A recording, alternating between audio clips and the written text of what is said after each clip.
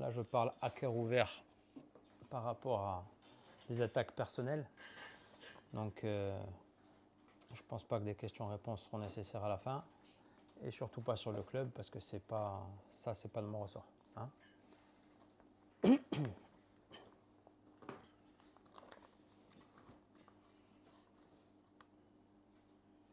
C'est bon?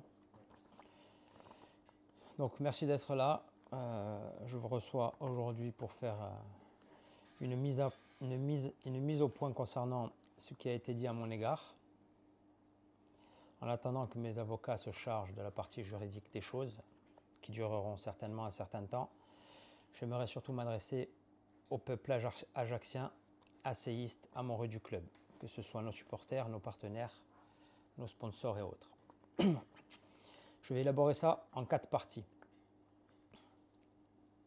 Tout d'abord, je vais retracer mon chemin à la SAA Ajaccio depuis que je suis arrivé. Je suis arrivé en 2010 pour un contrat à la charte, alors que j'avais déjà plus de 150 matchs en Ligue 1 et Ligue 2 réunis. Dès la première saison, je participe grandement à faire monter l'ACA en Ligue 1. Se suivent 3 saisons en Ligue 1 avec, encore une fois, des maintiens auxquels je participe grandement, notamment ce doublé à Toulouse lors de la dernière journée dans le match de la mort. Bien évidemment, je ne suis pas seul à faire cela, je suis avec mes coéquipiers, mais puisque je dois faire une mise au point personnelle, je retrace tout ce qui s'est passé. D'ailleurs, pendant ces années-là, j'étais loin, très loin, d'être le meilleur salaire du club. Mais ça, ce n'est pas sorti. Ensuite, 7 saisons s'enchaînent en Ligue 2, où chaque année, des sollicitations pour partir viennent à moi. Je les refuse toutes. Je ne fuis pas. Car oui, n'en déplaise à certains, j'aime le club. La dernière année de ces 7 saisons arrive le Covid. Et ma carrière s'arrête brutalement sur ça, après tant d'années. Le club, pour service rendu, me propose une année supplémentaire. Mais mon corps dit stop et donc je refuse de profiter de la situation. J'enchaîne sur la deuxième partie, une partie importante pour comprendre la troisième qui sera celle de mon contrat. Alors que j'avais commencé mes diplômes d'entraîneur, le club me demande, et les dirigeants, de les aider sur la partie plus globale sportivement des choses. Je mets donc à l'époque mon cursus de formation d'entraîneur entre parenthèses pour le club. J'attaque à apprendre ce nouveau métier pendant 2 ans sans salaire. Ça aussi, ça n'a pas été cité.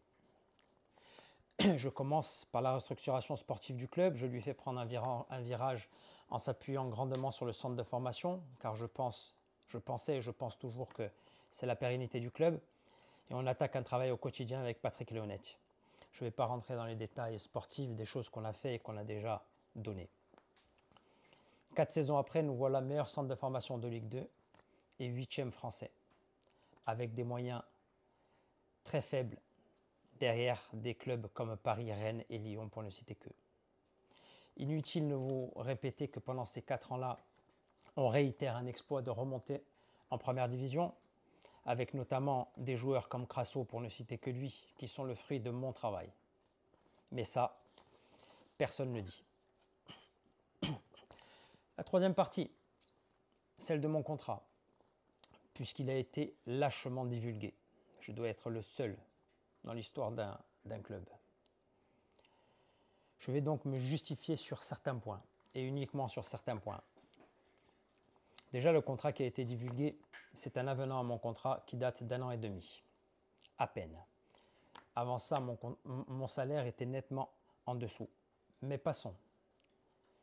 Dans un premier temps, je ne vais pas rougir du salaire de cadre que j'ai à 8 000 € net par mois, ni aux intéressements qui se font d'ailleurs de partout dans les clubs et même au-delà du foot, pour ne citer que des agences immobilières ou autres, où c'est que le fruit du travail effectué.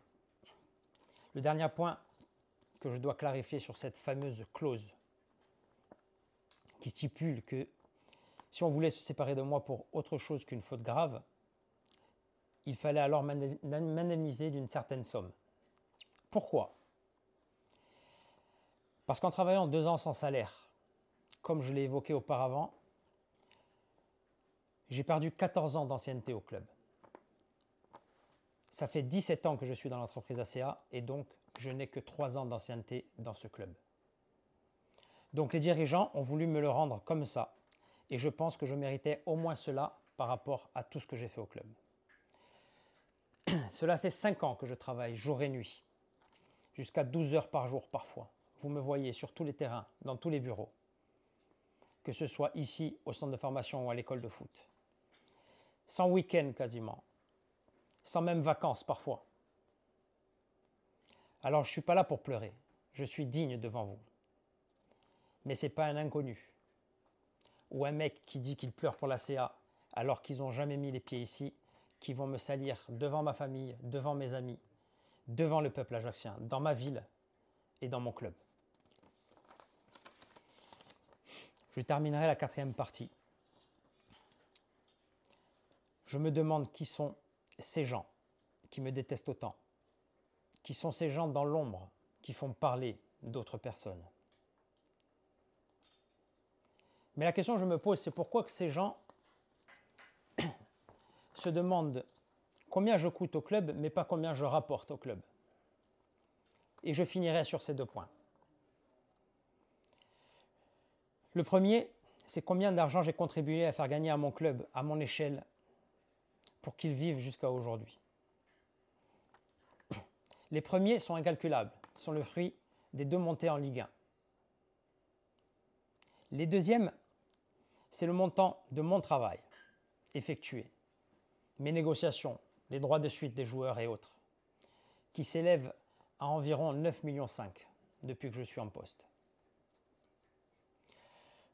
Pour finir, j'espère que je n'ai pas été très long, mais c'est la seule fois où je prendrai la parole, même si on continuera à dire des atrocités sur moi. C'est que les décisions de vendre nos 2 meilleurs joueurs à la trêve hivernale, dans la situation sportive où on était, et l'urgence de revendre 2 joueurs il y a à peine un mois,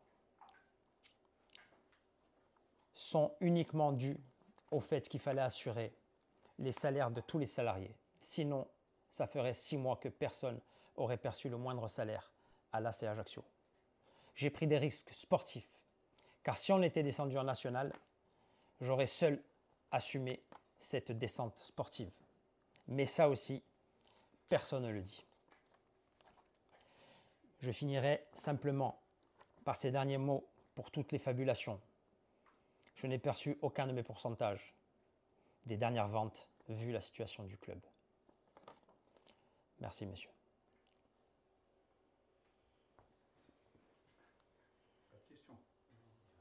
Si vous en avez une ou deux qui vraiment sont dans le contexte, ou vous voulez des détails que je peux vous donner. Non, juste savoir si tu as l'impression aujourd'hui d'être un peu le bouc émissaire de ce qui se passe, de la situation globale du club.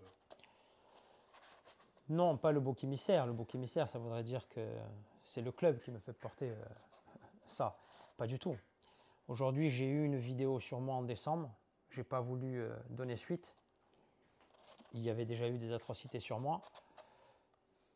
Mais aujourd'hui, pourquoi je parle? Je parle juste pour moi, pour ma personne. Je ne parle pas du directeur sportif, je ne parle pas du club, même si ça en découle. Je ne peux pas laisser dire et laisser entendre ce que j'entends après les explications que je vous ai données. Je ne pouvais plus garder ces explications-là pour moi avec ce que j'entends par rapport à cette vidéo. Tu n'avais pas porté plainte au premier coup? Si. Ah. Si, mais les plaintes en diffamation sont très longues. Ça, c'est encore en cours. Bien évidemment, viendront s'ajouter celles-ci, mais ça, encore une fois, c'est vraiment privé et je le garde pour le privé. Mais voilà, oui, effectivement, oui, ça continuera. C'est pour ça que j'ai attaqué par te dire que les avocats s'en chargent, mais ça prend du temps. Mais là, je ne pouvais plus attendre et entendre ce que j'entends sur moi. Non, parce que tu as dit, je n'avais pas donné suite à la première vidéo. Mais non, suite, moi, en parlant. Ah, oui, il y a bien eu une plainte. Oui, bien sûr. par Romain Modena, vous dites qu'ils sont erronés? Non, je ne parle pas de lui, moi. Ok. Et vous avez quelque chose pour étayer les preuves contraires? C'est mes dires et je dis ce qu'il y a dans le contrat. Il n'y a pas de souci avec ça. Ok. Voilà. Merci, c'est bon. Vas-y, je t'en prie. Avec ce qui a pu se dire, notamment, bon, pour reprendre, mais également avec les derniers chiffres, comment le vis-tu en ce moment, cette période en tout cas? Avec la situation du club, les propos à tes dires. Oui, c'est très compliqué à vivre. C'est pour ça qu'aujourd'hui je parle. Vous savez, je ne suis pas coutumier du fait. Aujourd'hui, je parle parce que derrière moi, j'ai une famille, j'ai des amis, je suis dans ma ville. J'ai fait trop de choses pour ce club pour laisser dire ces choses-là. C'est impossible. Après, la situation du club, malheureusement, je viens à parler de ma situation alors qu'effectivement, ma situation devrait être derrière tout ça. L'important, c'est, je l'espère, le maintien du club parce que ça fait des semaines qu'on vit des moments difficiles. Et bon, ça rejoint aussi ta situation.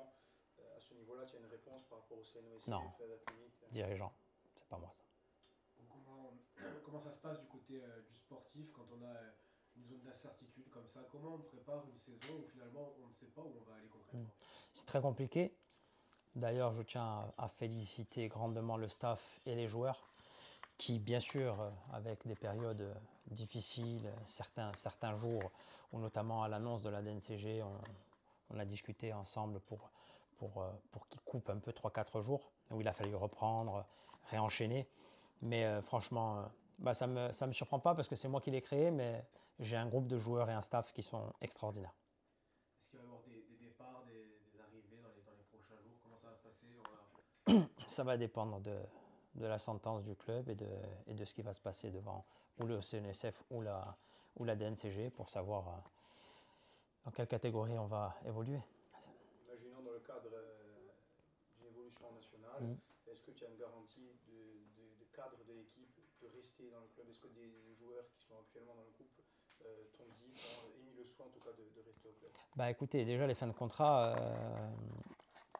s'ils sont encore là aujourd'hui, c'est que devront être là.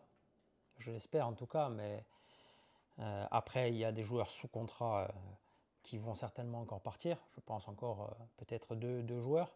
Après, la porte ne va pas être ouverte à tout le monde, même si c'est compliqué puisque ce n'est pas une descente sportive, donc on n'a pas grand-chose à reprocher aux joueurs.